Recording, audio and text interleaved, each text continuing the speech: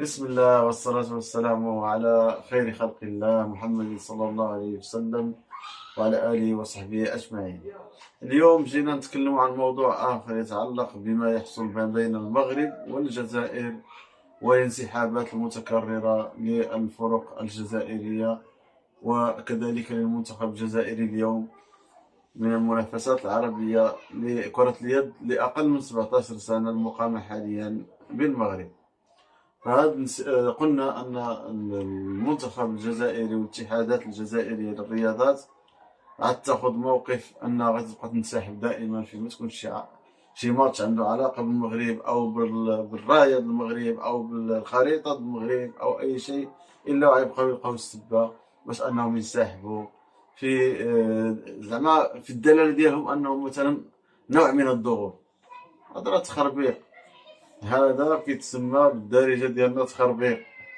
واش دخل الرياضة في السياسة؟ هذا أقوله دائما وأبدا. واش دخل الرياضة سواء كانت كرة اليد أو كرة القدم أو كرة السلة أو كرة الشاطئية أو كرة الصالات أو أي رياضة كما كان النوع ديالها، ما تدخلهاش في الأمور السياسية. لا عاد تمشي تحتاج سياسيا، خلي الأمور في الرياضة لعبها كما هي، وفي شي سالي الماتش أو سير احتاج قدم الشكاية ديالك.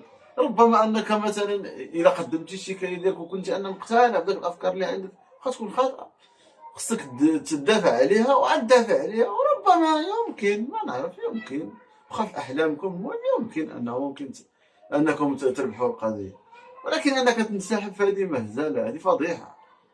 جيت المغرب مثلا وتنسحب بحال هذاك العروسه اللي كتغضب من راجلها في ليله الدخله، هذه هي المعنى الحقيقي ديال ديال هذا الشيء اللي كدير فيه الجزائر.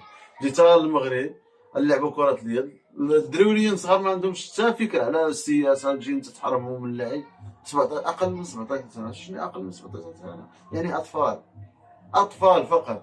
جيت تنسحب أنت، كتنسحب وعلاش عاد تنسحب؟ انسحبتي حقاش الجامعة العربية حسبت الفوز للمنتخب المغربي لما انسحبت الجزائر، حسبوا لي فائدة المغرب 10 أهداف لصفر، وبالتالي أنكم تسحبوا كالغضبانين. أشكركم على متابعتكم والسلام عليكم ورحمة الله.